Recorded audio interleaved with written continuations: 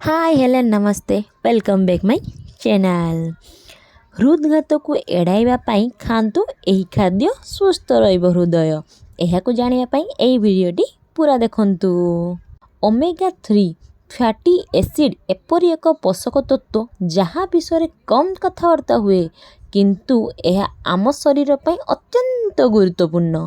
जदि आपण एहाकु नियमित खाउचंदी तेबे हृदघात भली गुरुतर रोग हेबार आशंका कम रहिबो। एही पोषक तत्व आम शरीर रोग प्रतिरोधक शक्ति बढ़ाइबा सहित अनेक कोषक सक्रिय करिथाए।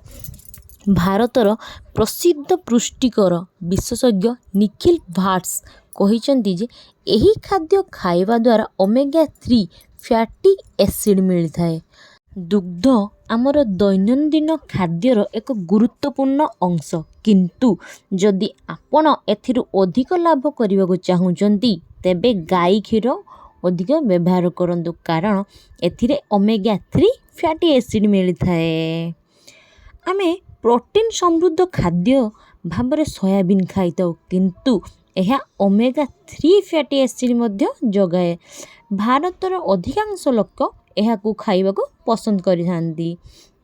फ्लेक्सी मंजी ओमेगा 3 फैटी एसिड एक समृद्ध उत्स भाव विवेचना करा जाए।